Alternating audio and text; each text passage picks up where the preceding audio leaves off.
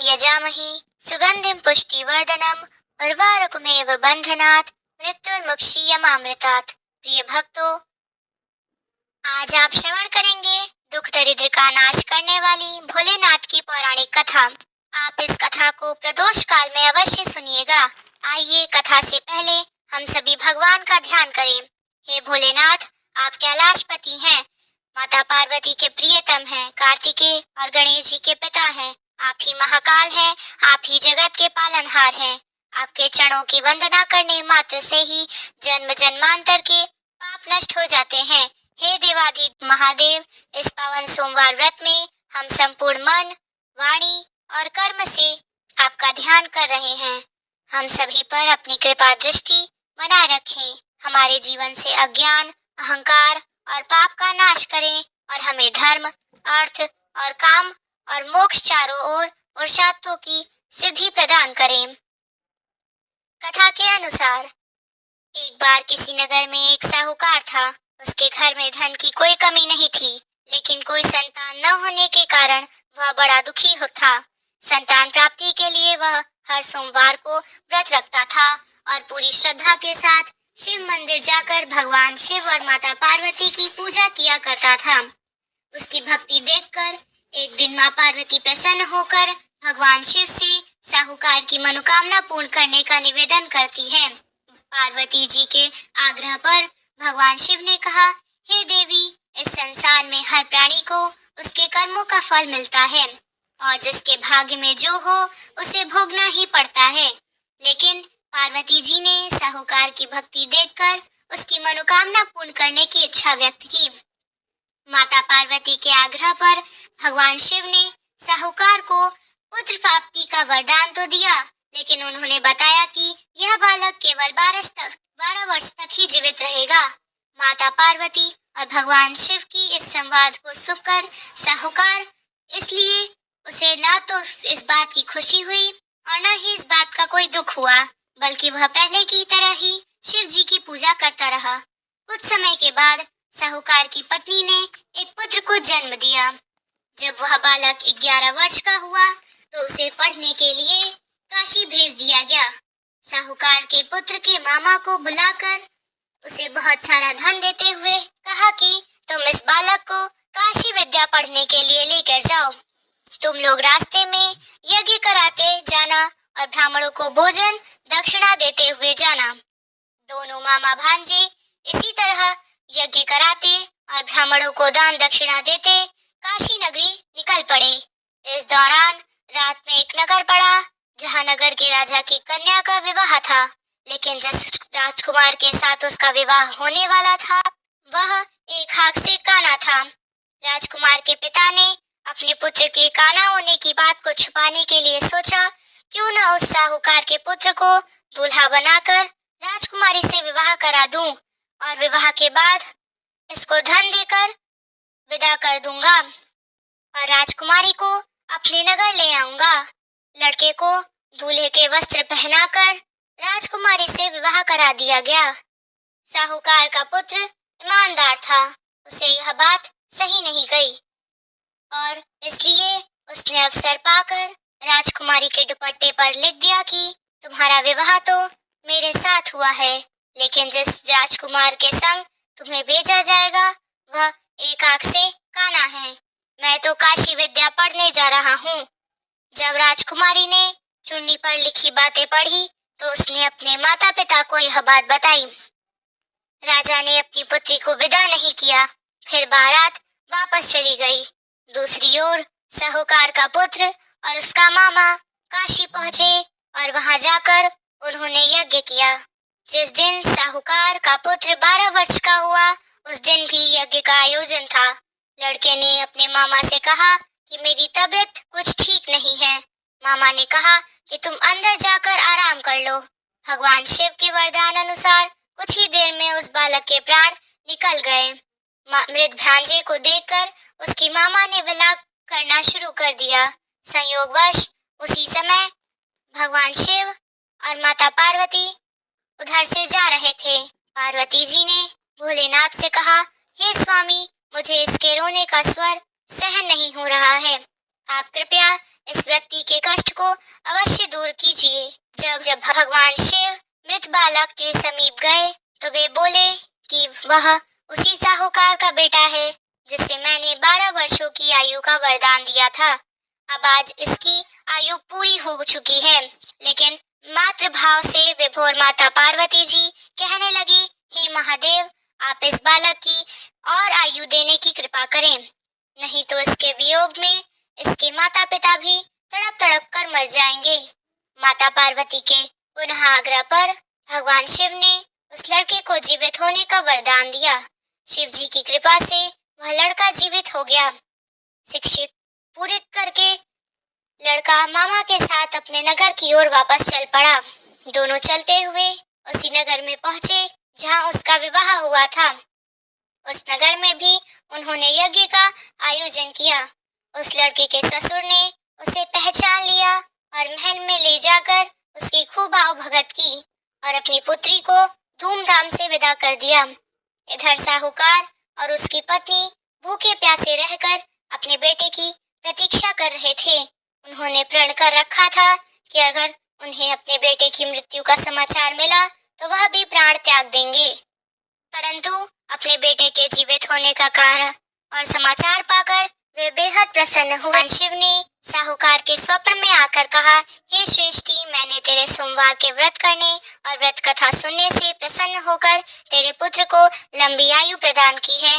इसी प्रकार जो कोई सोमवार व्रत करता है या कथा सुनता है और पढ़ता है, उसके सभी दुख दूर होते हैं और सभी मनोकामनाएं पूर्ण होती है। सभी प्रेम से बोलिए, भोले शंकर भगवान की जय, माता पार्वती की जय। जिन्होंने श्रद्धा से सोमवार का व्रत किया, यह पावन कथा सुनी और भगवान शिव का पूजन किया, उनके जीवन से समस्त दुख, रोग, शोक और संकट दूर होते हैं। यह व्रत न केवल सांसारिक सुखों को प्रदान करता है, बल्कि भगवान शिव की अपार कृपा से आत्मिक शांति, मोक्ष और चीर सुख की प्राप्ति भी कराता है। अब आइए और सच्चे मन से भगवान से प्रार्थना करते हैं, हे नीलकंठ भगवान शिव, आप भोले हैं, दयालु हैं, आशुतोष हैं। हमने जो कुछ भी पूजा, व्रत और कथा श्रवण किया है, उसमें यदि कोई त्रुटि रह गई हो तो क्षमा करें। हमें अपने चरणों में अटल भक्ति और जीवन में सच्ची समझ प्रदान करें। हमारे जीवन से अज्ञान, अहंकार और अधर्म का नाश करें। शिव शिव कहकर हम जीवन की राह पर चलें, यही हमारा संकल्प है। ओम नमः शिवाय। एक गांव में एक गरीब ब्राह्मण अपनी पत्नी व अपने पुत्र के साथ रहा करता था। उसके पुत्र का नाम सोमदत्त था। वह गरीब बूढ़ा ब्राह्मण नित्य प्रति शिव जी को जल चढ़ाया करता था और उसकी पत्नी ब्राह्मणी को यह सब बिल्कुल भी पसंद नहीं था। दरअसल ब्राह्मणी पहले बहुत पूजा पाठ करती थी, व्रत उपवास सब कुछ करती थी। इतना कुछ करने के बाद भी उसकी गरीबी दूर नहीं हो रही थी। जब ब्राह्मण जवान था तो कहीं से कथा सुनाकर पूजा पाठ करके दक्षिणा लाता, उसी से उसका गुजारा होता था। फिर भी ब्राह्मणी इस आस में पूजा पाठ करती थी, कभी न कभी उसकी गरीबी दूर होगी, किंतु उसके पूजा पाठ का कोई फल नहीं मिला। अब तो ब्राह्मण बूढ़ा हो गया था, उसमें इतनी शक्ति नहीं थी कि वह कहीं गांव-गांव में जाकर कथा कराए। वह बीमार रहने लगा। घर में कमाने वाला कोई भी नहीं था। ब्राह्मण का बेटा सोमदत्त गुरुकुल में पढ़ा करता था। अब ब्राह्मणी के घर में खाने के लाले पड़ गए तो वह गुस्से में पूजा पाठ करना छोड़ देती है और ब्राह्मण को भी पूजा पाठ करने से मना करने लगती है और कहती थी कि भोलेनाथ और अन्य देवी देवताओं का पूजा करते करते जवानी से बुढ़ापा आ गया, लेकिन भगवान ने हमारी गरीबी दूर नहीं की, उल्टा अब तो दाने दाने का मोहताज हो गया है। अरे मेरी ही मति मारी गई थी कि मैंने दिन रात उपवास व्रत किया, जब तब मैं अपने शरीर को सुखा दी। अब क्या देगा तुम्हारा शिव जो तुम्हें शिवलिंग पर जल चढ़ाया करते हो। ब्राह्मणी की बातों को सुनकर ब्राह्मण कुछ नहीं कहता, उसे तो अपने आराध्य भोलेनाथ पर विश्वास था। अब ब्राह्मण का बेटा अपनी शिक्षा पूरी करके गुरुकुल से वापस अपने घर आ गया और अपने माता पिता की सेवा करने लगा। एक दिन की बात है, सोमदत्त शिव मंदिर में अपने पिता के साथ पूजा पाठ कर रहा था और वहीं पर शिव भक्तों को कथा सुनाने लगा। वह कहता है कि जो भक्त भगवान की कथा को सुनते हैं, उनके मन में जो इच्छा रहती है, भोलेनाथ उनकी मनोकामना पूरी करते हैं। सोमदत्त की यह बात मंदिर में पूजा करने आए उसी राज्य के राजा ने सुन लिया और उसे यह बात बहुत ही अच्छी लगी और उसने सोमदत्त को अपने यहाँ राजकुमारी को कथा सुनाने के लिए नौकरी पर रख लिया। अब सोमदत्त प्रतिदिन राजा की लड़की को कथा सुनाने जाया करता था। वहां से दक्षिणा में जो भी मिलता था उसमें ही वह अपने परिवार का पालन पोषण करने लगा। इस पर भी ब्राह्मणी खुश नहीं थी। उसने कहा, मुझे अपने बच्चे का भविष्य की चिंता है। हमारा जीवन तो जैसे तैसे कट गया, लेकिन मेरे पुत्र का जीवन अभी बाकी है।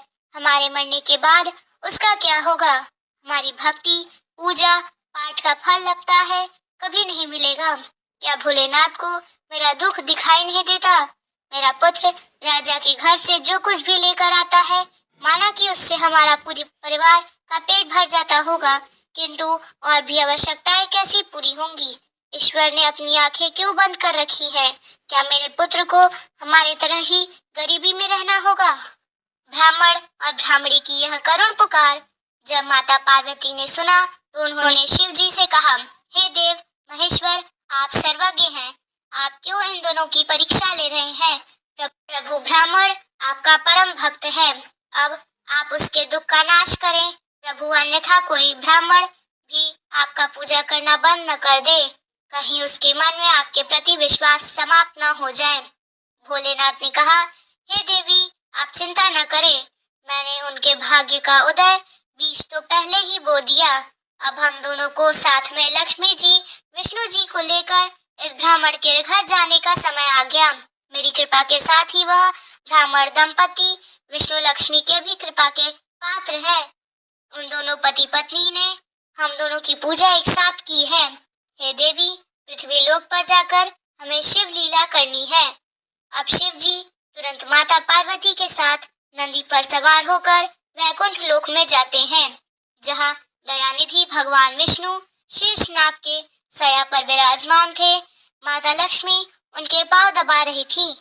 तब शिव जी ने विष्णु जी से पृथ्वी लोक को चलने को कहा।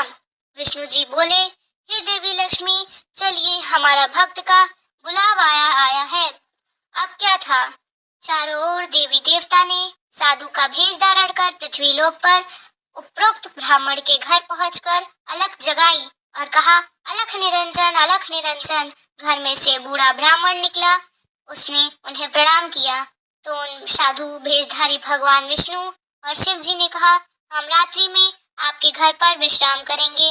इस पर ब्राह्मण पुत्र सोमदत्त ने अतिथि देवो भव ऐसा विचार कर कहा, महाराज, मेरे घर में दक्षिणा में मेले दाल भात आदि से हम तीनों के भोजन की पूर्ति होती है, अतः मैं एक समय के भोजन की व्यवस्था करता हूँ। साधुओं ने उसे एक बर्तन देकर कहा कि वह दाल भात इस बर्तन में बनाओ तो हम सबका दोनों समय का भोजन बन जाया करेगा। इस प्रकार उस बर्तन में बने भोजन से दोनों समय का भोजन की पूर्ति हो गई। अगले दिन प्रातः में सोमदत्त जाने लगा तो साधु रूपी भगवान शिव ने पूछा, हे पुत्र, तुम कहाँ जा रहे हो? उसने कहा, हे साधु महाराज, मैं राजा की लड़की को कथा सुनाने जा रहा हूँ। साधु ने कहा, तुम कथा सुनाने के बाद राजा की लड़की से पूछना कि तुम किस अभिलाषा की पूर्ति के लिए कथा सुनती हो। अब सोमदत्त राजकुमारी को कथा सुनाने के बाद वही प्रश्न पूछता है कि तुम किस अभिलाषा की पूर्ति के लिए कथा सुनती हो। राजा की लड़की ने कहा कि मैं इस अभिलाषा से कथा सुनती हूँ कि मुझे ऐसा वर मिले जिसकी चर्चा सभी की जुबान पर हो, उसके माथे पर चांद और सूरज की रोशनी हो तथा वह भाग्य का ऐसा धनी हो कि उसके कदमों में लक्ष्मी थिरकती हुई हो तथा ऐसी बारात हो जैसी किसी ने अब तक देखी न हो। अब वापस आकर सोमदत्त ने कुमारी की सारी बातें साधुओं को बताई। अब देखिए, अगले दिन प्रातः काल में जब वह कथा सुनाने के लिए जाने लगा तो साधुओं ने कहा, बच्चा, आज फिर वही प्रश्न करना, वह फिर से तुम्हें कल वाली बातें बताए तो तुम यह तुरंत कह देना कि जैसा पति तुम्हें चाहिए वैसा केवल मैं ही हूँ। ऐसा कहकर आना सोमदत्त ने कहा, हे साधु महाराज, कहाँ एक मैं गरीब ब्राह्मण जिसकी घर उसकी दी हुई दक्षिणा पर चलता है, और कहाँ वह राजा की पुत्री। राजा मुझे और मेरे परिवार को मृत्यु दंड देकर मौत के घाट उतार देगा, अतः मैं ऐसा नहीं करूंगा। साधुओं ने कहा, ठीक है, हम तुम्हें परिवार सहित अभिशाप से भस्म कर देंगे। सोमदत्त पहले ही उनके चमत्कार से डरा हुआ था। उसने सोचा कि राजा तो बाद में मृत्यु दंड देगा, यह तो अभी अपने श्राप से भस्म कर देंगे। अतः साधुओं को आश्वासन देकर कथा सुनाने के लिए चला गया। कथा सुनाने के बाद सोमदत्त ने कहा, हे राजकुमारी, कल आपने जो बताया था उसके अनुसार जैसा वर तुम्हें चाहिए वैसा वर मैं ही हूँ। ऐसा कहकर वह वहां से भाग आया। राजा की पुत्री को एकदम आघात पहुंच गया। उसने दासी के द्वारा अपने पिताजी को बुलाकर सब बात बताई। राजा ने आश्वासन दिया कि उसे उड़न ब्राह्मण को उसकी सजा मिलेगी। राजा ने तुरंत अपने मंत्रियों से विचार विमर्श किया। एक वरिष्ठ मंत्री ने कहा, महाराज, उसने अपराध तो फांसी दिए जाने वाला किया है, परंतु वह एक ब्राह्मण है, उसे फांसी देने पर एक ब्राह्मण हत्या का पाप लगेगा। कुछ ऐसा किया जाए कि वह दंडित भी हो जाए और ब्रह्म हत्या का पाप भी लगे। काफी विचार विमर्श करने के बाद तय हुआ कि शादी का निमंत्रण पत्र कुछ शर्तों के साथ भिजवाया जाए। राजा ने शर्तों वाला निमंत्रण पत्र लिखवाकर अपने नौकर के हाथ सोमदत्त के पिता के पास भिजवा दिया। उधर सोमदत्त ने घर पहुंचकर साधुओं को बताया कि आपके कहे अनुसार कहने पर राजकन्या बहुत क्रोधित हो गई। अब शीघ्र ही फांसी का संदेश पहुंचने वाला है। कुछ समय बाद नौकर निमंत्रण पत्र लेकर वहां पहुंच गया। साधुओं ने हलकारी को सम्मान सहित बिठाकर सोमदत्त को निमंत्रण पत्र पढ़कर सुनाने को कहा। पत्र इस प्रकार था, हे ब्राह्मण पुत्र, हमें तुम्हारा शादी का प्रस्ताव मंजूर है, परंतु साथ साथ हमारी कुछ शर्तें भी हैं। हमारे द्वारा सभी शर्तें पूरी करने पर हम अपनी कन्या का विवाह तुम्हारे साथ कर देंगे। शर्तें पूरी न होने पर तुम्हें परिवार सहित फांसी दी जाएगी। शर्तें इस प्रकार से हैं। पहला शर्त, बारातियों के ठहरने वाली सभी बारात घर तथा बनाए गए सभी तंबू बारातियों से भरे होने चाहिए। कोई भी तंबू खाली नहीं रहना चाहिए। दूसरा शर्त, बारातियों के आतिथ्य सत्कार में बनाई गई सभी खाद्य सामग्री उपयोग होनी चाहिए, कुछ भी बचना नहीं चाहिए। तीसरा शर्त, ऐसी अद्भुत बारात आनी चाहिए जिसकी प्रशंसा हर व्यक्ति के जुबान पर हो। बाराती आने पर यदि कोई भी शर्त अधूरी होगी तो बारात में आने वाले सभी बारातियों को फांसी दी जाएगी। पत्र पढ़कर सोमदत्त डर से कांपने लगा। साधुओं ने कहा, तुम डरो नहीं, नौकर को भोजन खिलाकर पत्र का उत्तर देकर विदा करो और पत्र में यह लिखो कि आप विवाह की तैयारी करें, हम फला दिन बारात लेकर आ रहे हैं। नौकर को भोजन में दाल भात परोसा गया। नौकर की थाली में चमत्कार से 36 प्रकार का भोजन बन गया। विदाई में साधुओं ने, जो कि भोलेनाथ और विष्णु जी थे, उसने मुट्ठी भर धन की राख व पत्र देकर विदा किया। बाहर आकर नौकर ने देखा कि वह राख नहीं बल्कि हीरे मोती हैं। वह बहुत खुश हुआ। राजा ने सकारात्मक उत्तर प्राप्त होने पर विचार किया कि वह गरीब ब्राह्मण किसके भरोसे ऐसा कर रहा है। क्या कोई दुश्मन राजा उसका साथ दे रहा है? यही सोचकर राजा ने शहर के तमाम बारात घर सजवा दिए और अनेकों तंबू लगवा दिए। राजा को विश्वास था कि अधिक आदमी न आने के कारण वह शर्त हार जाएगा। सोमदत्त अपनी बारात में चलने के लिए जिसे भी कहता वही उसे कहकर मना कर देता कि नहीं, तुम्हारा तो अंतिम समय आ गया है, हम बारात में तुम्हारे साथ मरने के लिए क्यों जाएं? ऐसी बात सुनकर वह बहुत ही परेशान था। शादी वाले दिन सोमदत्त को परेशान देखकर साधुओं ने कहा, पुत्र, आज तुम्हारा विवाह है और तुम परेशान हो रहे हो, तैयार होकर हमारे साथ चलो। तुम किसी बात की चिंता मत करो, हम तुम्हारे साथ हैं। सोमदत्त ने भाग्य में जो लिखा है वही होगा, यही सोचकर तैयार होकर साधुओं के साथ चल दिया। भगवान शिव जी ने इस बारात में चलने के लिए सभी देवताओं को मनुष्य के रूप में आमंत्रित कर दिया तथा भूत प्रेत प्रेत व अनेक गणों को भी शादी में बुला लिया, जिसके कारण सभी बारात घर व लगाए गए सभी तंबू भर गए। इसके बाद कुछ बाराती बिना तंबू के रह गए। राजा के पास सूचना भिजवाई गई कि बारातियों के ठहरने का प्रबंध और कराया जाए। सूचना मिलने पर राजा ने विचार किया कि कहां से इतने बाराती आ गए, चलकर देखना चाहिए। राजा तुरंत वहां पहुंचा। राजा को आया देखकर शिव जी ने शुक्रवार शनि जी को बच्चे के रूप में बनाकर भूख के कारण रुला दिया। राजा ने दो बच्चों को रोते हुए देखकर पूछा कि यह दोनों बच्चे रो क्यों रहे हैं। साधु बने शिव जी ने कहा, इन्हें भूख लगी है राजन। राजा ने उन बच्चों को खाना खिलाने के लिए भेज दिया। कुछ समय बाद राजा के कर्मचारी ने आकर बताया कि महाराज, वे दोनों बच्चे तो सारा का सारा खाना खा गए और फिर भी भूख भूख चिल्ला रहे हैं। ऐसा सुनकर राजा बहुत परेशान हुआ। उसने अपना घमंड त्याग कर साधुओं के सामने नतमस्तक होकर कहा, महाराज, अब मेरी लाज आपके हाथ में है। साधुओं ने कहा, कोई बात नहीं, सब ठीक हो जाएगा। तुम अपने घर जाकर बारात की आगमनी की तैयारी करो। राजा ने शहर को बहुत ही सुंदर ढंग से सजवाया। दूसरी जगह जगह जगह झालरों से पूरा शहर एक दुल्हन की तरह सजाया गया। सोमदत्त भी विवाह के पोशाक में एक राजकुमार की तरह बहुत सुंदर दिखाई दे रहा था। शाम के समय उसे एक सुंदर रथ पे बिठाया गया। रथ के आगे अनेक प्रकार के बैंड बाजे नगाड़े वाले झूम रहे थे, नाच रहे थे। दूल्हे के मस्तक पर सेहरे को चांद और सूरज से सजाया गया। बाराती हाथ में मुद्राएं लेकर एक दूसरे पर न्यौछावर करके इधर उधर उड़ा रहे थे। बारात के इस दृश्य को देखकर लोग आपस में कहने लगे कि इस ब्राह्मण के भाग्य को तो देखो, इसके मस्तक के सेहरे पर चांद, सूरज और चारों तरफ से इस प्रकार धन लक्ष्मी उड़ाया जा रहा है, मानो किसी बड़े राजा की बारात निकल रही है। ऐसी बारात हमने अपने जीवन में पहले कभी नहीं देखी और न आगे देखने की उम्मीद है।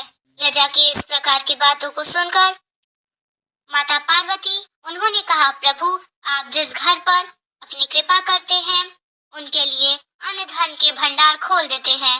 भगवान भोलेनाथ ने कहा, हे पार्वती, जो भक्तगण मेरी पूरी श्रद्धा से और भक्ति से पूजा करते हैं, मैं उन्हें उनके पूजा का फल अवश्य देता हूँ। उन्हें दुख कभी तक झेलना पड़ता है जब तक कि उनके पाप कर्म खत्म नहीं हो जाते। पुण्य कर्म जैसे ही उदय होते हैं, उनके भाग्य के दरवाजे खुल जाते हैं और जो भक्त भगवान की कथाओं को सुनता है उन्हें भी राजकुमारी की तरह फल प्राप्त होता है। राजकुमारी ने प्रतिदिन भगवान की कथाएं सुनी। उसने मन में जो भी कामना थी उसे वह मिला। यह तो भोलेनाथ, विष्णु जी, लक्ष्मी जी की महिमा थी, जिसके कारण ब्राह्मण धनी हो गया। उसका भी घर महल की तरह सुंदर हो गया। उसके घर में नौकर चाकर इत्यादि की कमी नहीं थी। अपार धन दौलत से भरा हुआ था और ब्राह्मणी ने भी फिर से भगवान की पूजा अर्चना करनी शुरू कर दी। शिव चालीसा पाठ और आरती। जय गणेश गिरजा सुवन, मंगल मूल सुजान, कहत अयोध्या दास तुम, देहु अभय वरदान। जय गिरिजापति दीन दयाला, सदा करत संतन प्रतिपाला। भाल चंद्रमा सोहत नीके, कानन कुंडल नाग फनीके। अंग गौर शिर गंग बहाए, मुंड माल तन छार लगाए। वस्त्र खाल बांगंबर सोहे, छवि को देखी नाग मन मोहे। मैना मातु की हवे दुलारी, बाम अंग सोहत छवि न्यारी। कर त्रिशूल सोहत छवि भारी, करत सदा शत्रुन क्षयकारी। नंदी गणेश सोहे तहे कैसे, सागर मध्य कमल है जैसे। कार्तिक श्याम और गणराओ, या छवि को कही जात न काओ। देव जब ही जाय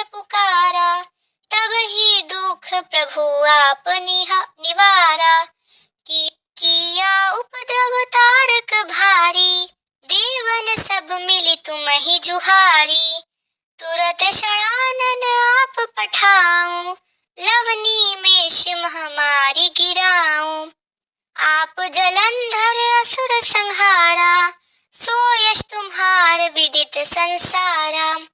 त्रिपुरासुर सन युद्ध मचाई, सब ही कृपा कर लीन बचाई। किया तपहि भागीरथ भारी, पूर प्रतिज्ञाता सुपुरारी। दानिन मह तुम सम कहु नाहि, सेवक स्तुति करत संदाहि। वेद नाम महिमा तब गाई, अखत अनादि भेद नहीं पाई। प्रकटि उधति मंथन में ज्वाला, जरत सुरासुर भय विहाला। कीनी दया तह करी सहाई, नीलकंठ जब नाम कहाई। पूजन रामचंद्र जब कीन्हा, जीत के लंक विभीषण दीना। सहस कमल में रहे धारी, कीन्ह परीक्षा तब ही तुम्हारी। एक कमल प्रभु रखे उजोई, कमल नयन पूजन चह सोई। कठिन भक्ति देखी प्रभु शंकर, भय प्रसन्न दिए इच्छित वर। जय जय जय अनंत अविनाशी, करत कृपा सबके घटवासी। दुष्ट सकल नित मोहि सतावे, भ्रमत रहो मोहि चैन न आवे। त्राहि त्राहि मैं नाथ पुकारो, यही अवसर मोहि आन उबारो। लै त्रिशूल शत्रुन को मारो, संकट से मोहि आन उबारो। मात पिता भ्राता सब होई, संकट में पूछत नहीं कोई। स्वामी एक है आस तुम्हारी, आए हरहु मम संकट भारी। धन निर्धन को देत सदा ही, जो कोई जाचे सो फल पाही। स्तुति के ही विधि करे तुम्हारी, क्षमहु नाथ अब चूक हमारी। शंकर हो संकट के नाशन, मंगल कारण विघ्न विनाशन। योगी यति मुनि ध्यान लगावे, शारद नारद शीश नवावे। नमो नमो जय नमः शिवाय, सुर ब्रह्म धिक पार न पाए। जो यह पाठ करे मन लाई, तापर होत है शंभु सहाई। ऋषनीय जो कोई हो अधिकारी, पाठ करे सो पावन हारी। पुत्रहीन करे इच्छा जोई, निश्चय शिव प्रसाद ते ही होई। पंडित त्रयोदशी को लावे, ध्यान पूर्वक होम करावे। त्रयोदशी व्रत करे हमेशा, ताके तन नहीं रहे कलेशा। धूप दीप नैवेद्य चढ़ावे, शंकर समुख पाठ सुनावे। जन्म जन्म के पाप नसावे, अंत धाम शिवपुर में पावे। कहे अयोध्या दास आस तुम्हारी, जानी सकल दुख हरऊ हमारी। नितनेम कर प्रातः ही पाठ करो चालीसा, तुम मेरी मनोकामना पूर्ण करो जगदीश। मगसर छठी हेमंत ऋतु, संवत 64 जान। स्तुति चालीसा शिव ही, पूर्ण कीन कल्याण। आइए सुनते हैं शिव जी की आरती। ओम जय शिव ओंकारा, स्वामी जय शिव ओंकारा। ब्रह्मा विष्णु सदा शिव, अर्धांगी धारा। ओम जय शिव ओंकारा, एकानन चतुरानन पंचानन राजे। हंसानन गरुड़ासन वृषवाह साजे। ओम जय शिव ओंकारा, दो भुज चार चतुर्भुज दश भुज अति सोहे। तीनों रूप निरखता त्रिभुवन जन मोहे। ओम जय शिव ओंकारा, अक्षमाला वनमाला मुंड माला धारी। चंदन मृग मद सोहे, भोले शुभकारी। ओम जय शिव ओंकारा, श्वेतांबर पीतांबर बागंबर अंगे। सनकादिक ब्रह्मादिक प्रेतादिक संगे।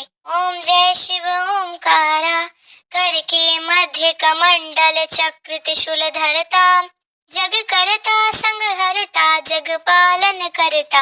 ओम जय शिव ओमकारा, ब्रह्मा विष्णु सदा शिव जानता विवेका, प्रणवाक्षर के मध्य ये तीनों एका। ओम जय शिव ओमकारा, त्रिगुण स्वामी जी की आरती जो कोई जन गावे, कहत शिवानंद स्वामी मन वांछित फल पावे। ओम जय शिव ओमकारा। इसी तरह से भगवान शिव की आरती समाप्त होती है। अगर आपको यह वीडियो पसंद आई हो तो चैनल को लाइक और सब्सक्राइब कीजिएगा और बेल आइकन को प्रेस करिएगा, जिससे आपको यूनिक वर्ड ऑफ गॉड की सारी वीडियोस मिलती रहेंगी। और कमेंट में हर हर महादेव जरूर लिखिएगा। हर हर महादेव।